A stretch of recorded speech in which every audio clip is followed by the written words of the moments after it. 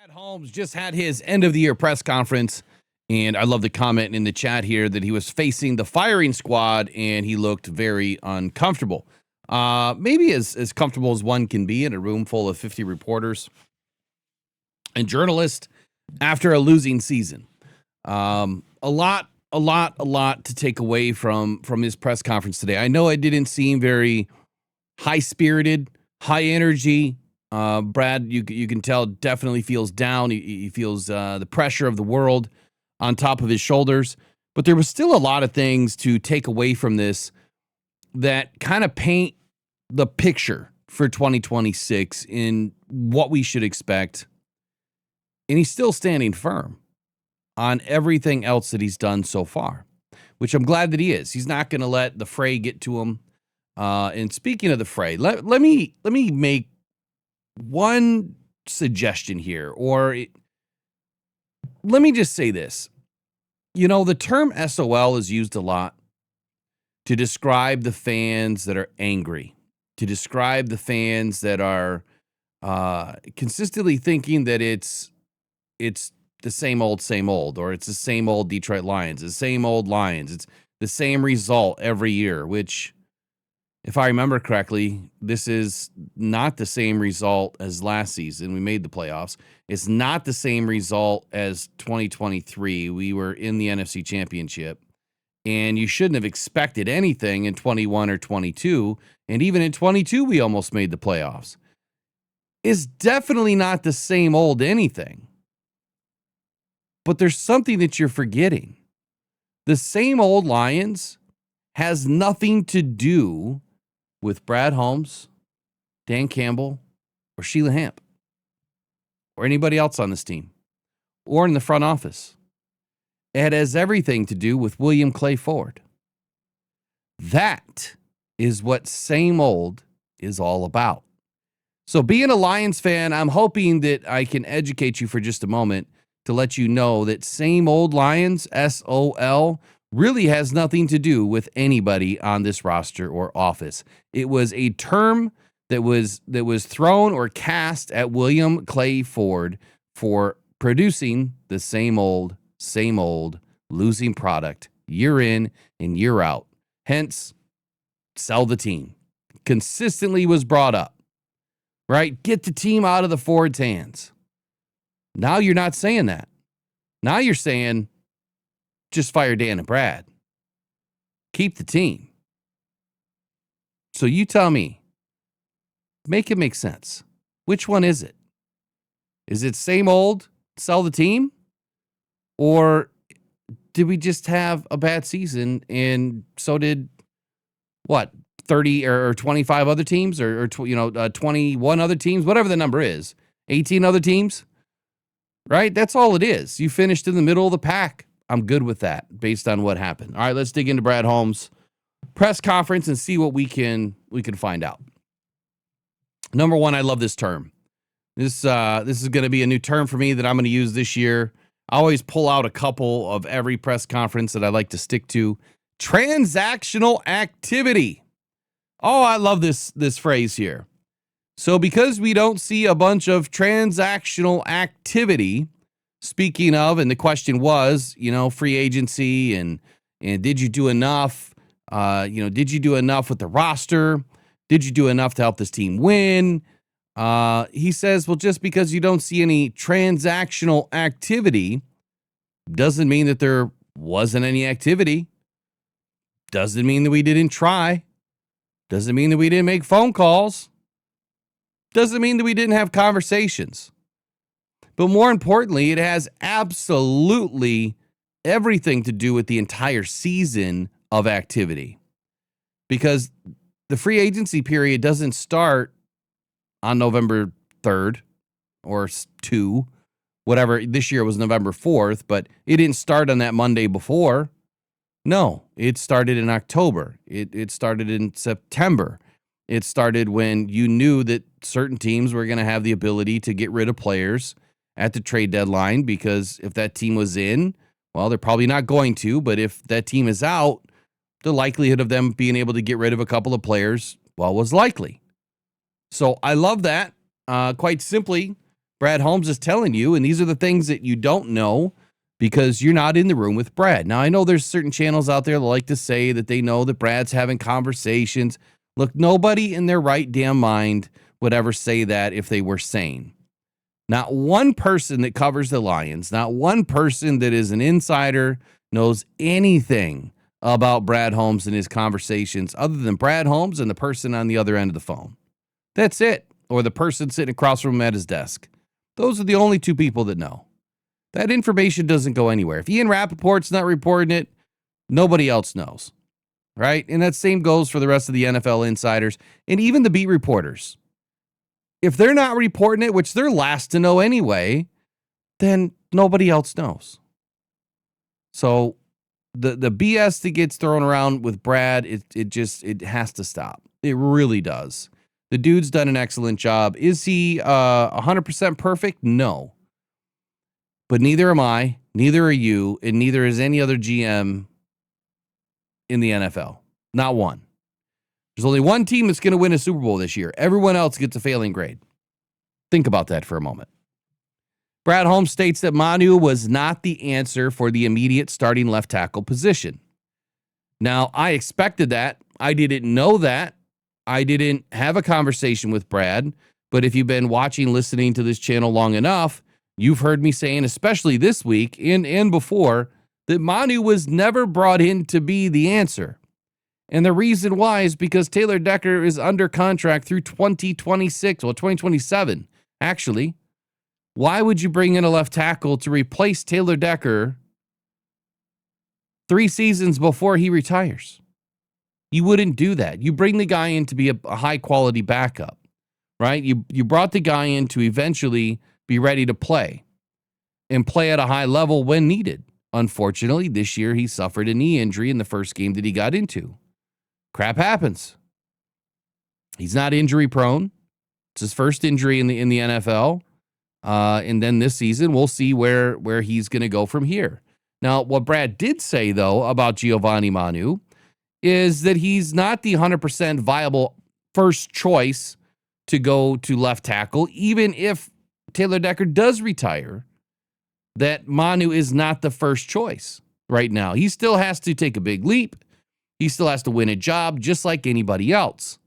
He's not going to let this position flop, and that's why I totally expect that the Lions in the first round will be taking a left tackle or a center. Or in free agency, if the right left tackle or center becomes available, that's what Brad's going to do. That's the first position that needs Brad's attention beyond anything else. One of the next questions that I caught there was about Frank Ragnow. And he was asked, when did Frank Ragnow let you know he was going to retire? And as Brad said, yeah, there was some crumbs. We knew at some point that he was going to retire. We didn't know when, but it was after the draft. So for all the fans that have been throwing Brad under the bus and saying, we're good. First of all, that was Dan Campbell that said that, not Brad. Second of all, how many times do I got to tell you? Frank Ragnow didn't tell Brad till after the draft, which means Brad couldn't have done anything. Free agency's over. The draft is over. And now you're into OTAs. Who's he going to bring in? The teams just set their rosters. You think that they're going to trade somebody right now before they even get into camp? The likelihood of that is so low. There's hardly any trades in late May and into June before you get into training camp. You can check the receipts. You can look on the internet, and I will guarantee you this, without even looking, if there's more than 10 trades in May and June over the last 5 years, I would be surprised. I would be really surprised. I mean, 5 massive trades, like big-time trades. I don't think they exist. Offensive coordinator. This is the topic of the week. And this is a bombshell as well, what Brad Holmes said. He is not afraid of bringing in a guy that knows how to call the game. Calling plays is not a prerequisite to be the Lions' next offensive coordinator. So with that line of thinking, that would mean that Brad is not just, or Dan is not just settling for someone with experience like Dayball, Stefanski, McDaniels, or anybody else. And speaking of McDaniels, I mean, I had to chuckle and laugh. In the chat, all you see is, how come you're not talking to McDaniels? How come you haven't hired McDaniels? What? How? What? And the dude was just fired 2 hours ago. Literally, 2 hours ago. How do you know, one, he hasn't spoken to him? Two, how do you know he's not coming in for an interview? But three, 2 hours ago. There's no time for that to even happen yet. I don't get it. It's like people have no concept of time. And then they just want to run with that in the chat and blow up the chat and make it difficult for anybody to even get in there and see what people are saying. But I kept seeing that over and over and over. And it's those types of fans that probably annoy me the most. The next thing, getting more aggressive. The question surrounded getting more aggressive this season, or were you aggressive enough this last season during free agency? Well, he said basically what he's always said. And it was to this end that I think he's given the same answer. He's sick of pandering, to the media. He's sick of pandering to the fans that all they do is talk shit.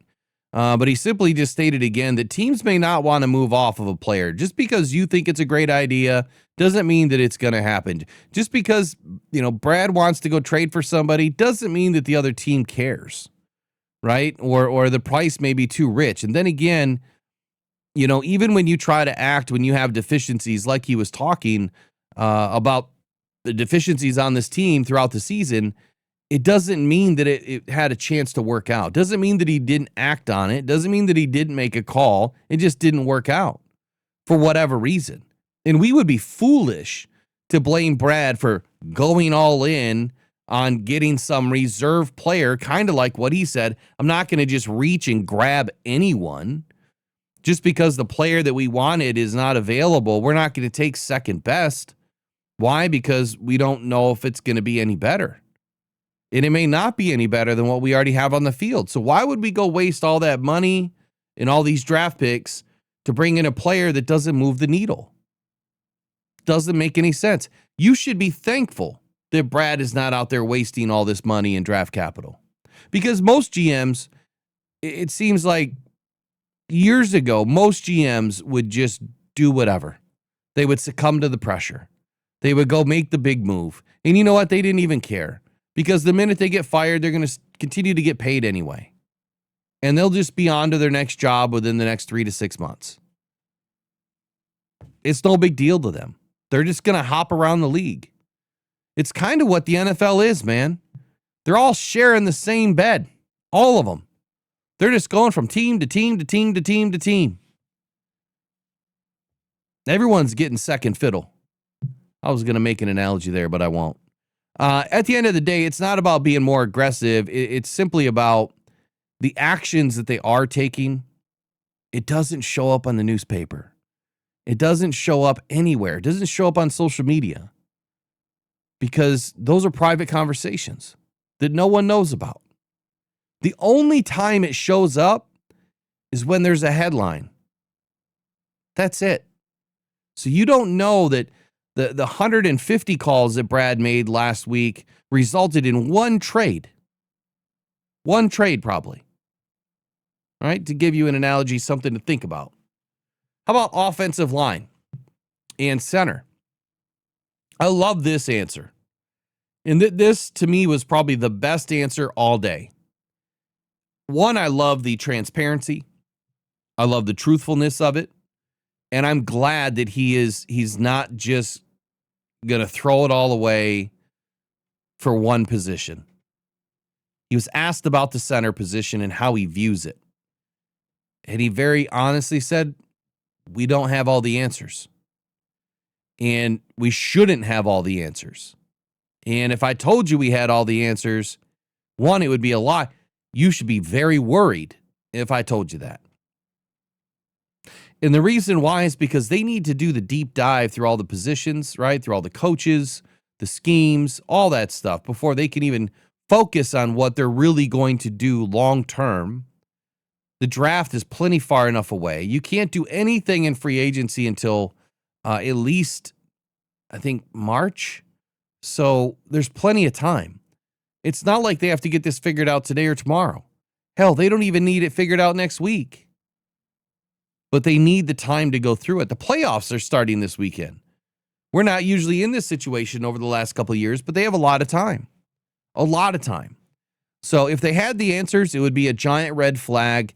And I'm glad that he said that, because that tells me he's going to take a very fine-tooth comb and he's going to go through all of this stuff related to the offensive line to make sure that they make the right decisions in free agency and in the draft. Brad gave himself an F as well. It's not good enough. It's either good enough or it's not. I think it's a great statement. The season was a failure because 31 other teams are going to fail too.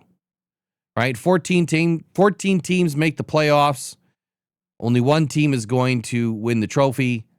But at the end of the day, 13 out of those 14 teams are about to fail as well. We're just on the other end of failure where we didn't get a shot this year. Next year's different. Brad, on his adjustments, he said, if we change the mindset, and we needed to start just going after that one piece, if we felt that we were just that one piece away, that one move, that one trade, well, that could blow everything up.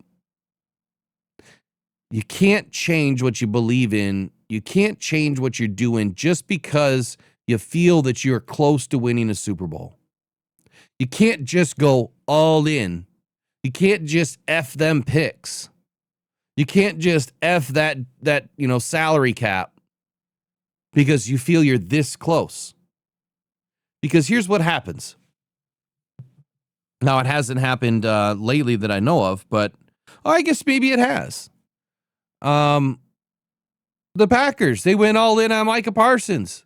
They just gave away their future for the next 2 seasons and spent $50 million a year, $200 million on this dude.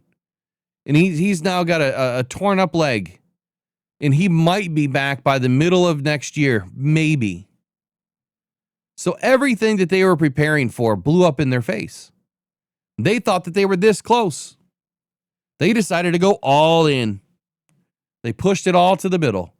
They said, F them picks and F that salary cap. And now the Bears are probably ready to say F you too and kick them out of the playoffs, which I don't like. I don't want the Bears to win their first game. I'd rather see the Packers win, but the Packers won't advance after that. And if the Bears win, they won't advance after that. But what happened after Micah Parsons exited that team? They started losing games left and right. They finished the season, losing 4 in a row? And the Bears finished losing 2 in a row? That's not good. That's not good. Next up, priority for Gibbs and Laporta. How did the injuries change the potential deals for Brian Branch and Sam Laporta? And most importantly, are these players that Brad Holmes is focused on? And he's absolutely focused. He feels that both of them deserve, to get their extensions because they're really good football players. But the biggest issue is, or the biggest statement out of this was the injuries didn't change any of that. The injuries did not change anything for wanting to get these guys signed. But they are going to have to get, and he's promised to get all of the information prior to making any sort of a decision and see where these injuries end up and where it aligns with the thought process in getting the extensions done. Will they save money and sign free agents because the injuries to Branch and Laporta happen now and maybe they can kick the can down the road a little bit? He answered no. Doesn't mean that we're able to save money. Doesn't mean that, we can just kick the can and sign them later. One, with Branch, you really can't. I mean, you could franchise tag the dude next year, but you're giving him after next year, but you're giving him a lot of guaranteed money coming off of an injury, as opposed to just getting him signed to an extension. But again, if you listen to what Brad is saying, he's not planning on spending a bunch of money in free agency, nor can he. If you look at the 2026 draft cap, the Lions are negative $5 million. in the hole today. And by the time you roll this year's leftover salary cap, 20 million, we have 15 million. That signs your rookies right there. That's it. That's all you can do. You can sign your rookies. So before the new league year adds, 10% more, 30, 35 million, whatever it's going to be, and until someone restructures their contract in Detroit, they don't really have much money to spend, period. But yet everyone seems to think that the Lions could just bring in $40 million edge rushers and it just doesn't work that way. How about drafting and free agency? I'm kind of touching on that, so we'll just kind of keep going through that. Brad says, you have to have the right things to be a draft prospect, the right intangibles, the competitive spirit. The calculus doesn't change, this season as it did the last couple of seasons. You still have to have that same grit and be able to go out and win a position and fight for it, but maintain it throughout the season. You have to be built of the right stuff. But then he said something. I had to rewind it. He said, my intent kind of peaked. It peaked up a little bit, or his interest peaked up a little bit.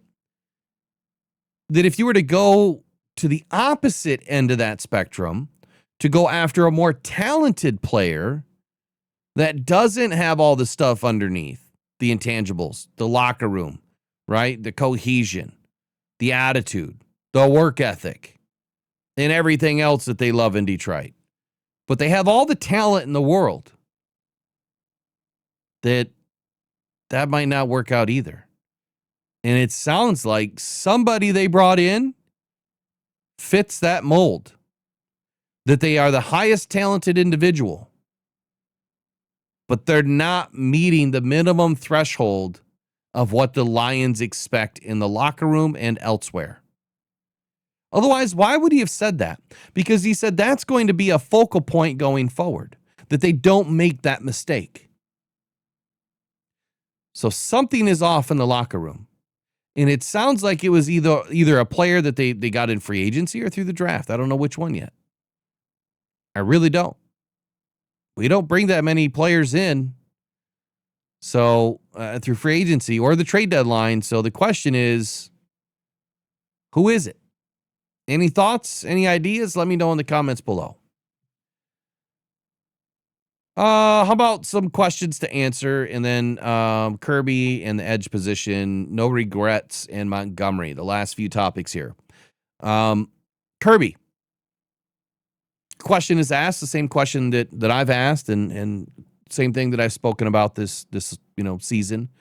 I felt that the Lions should have been able to get this information during physicals, exit interviews, and he said that between the physicals and the exit interviews, they thought that they had the right information to sign Kirby, that this injury just popped up.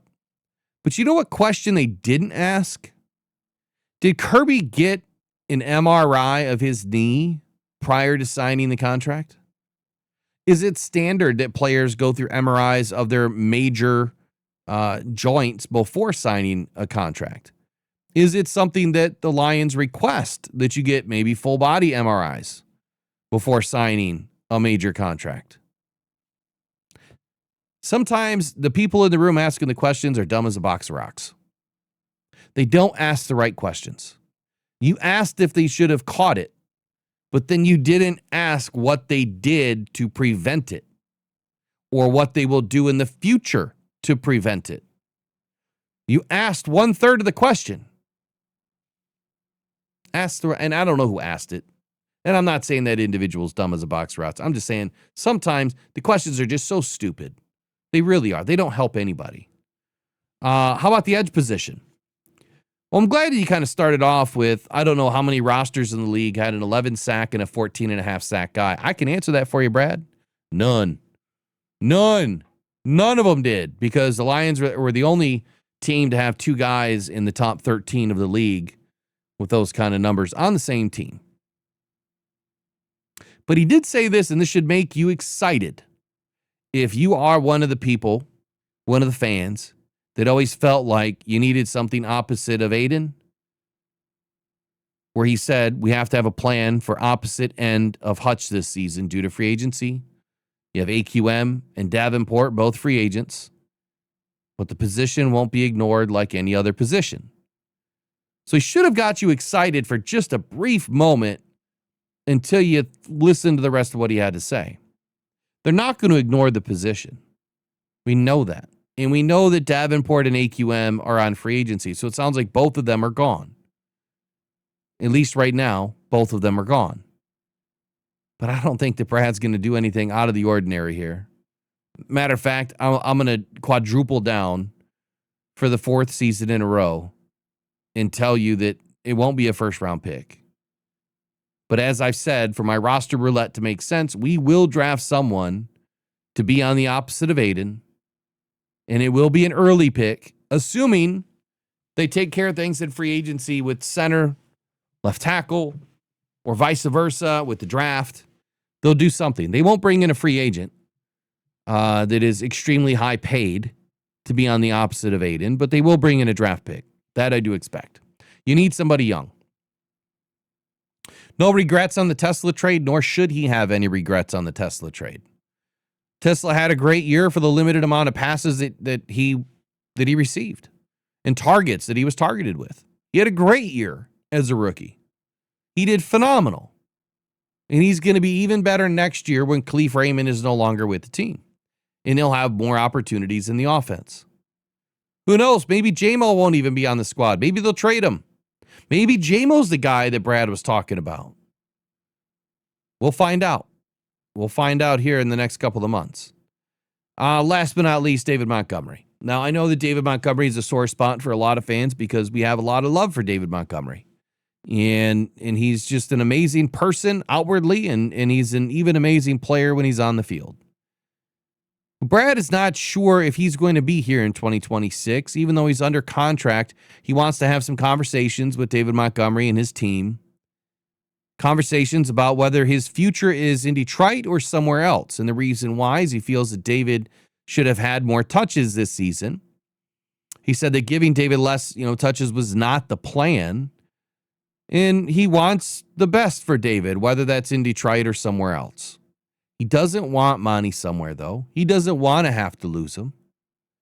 And I thought that was very well said. So I'm kind of getting the idea that Montgomery's probably on the fence. And maybe it sounds like if David wants to be traded, they'll figure it out.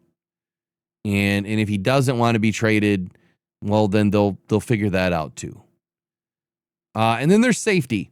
He said that safety position won't be ignored, with Kirby and Brian Branch both having the injuries that they do, that they're not going to ignore the safety position. But then again, they're not going to ignore any position. So that was your update and my reaction to Brad Holmes' press conference here in 2026, the season ender for the 2025 season. Look, free agency and the draft is right around the corner. And the season's going to start anew for us all over again.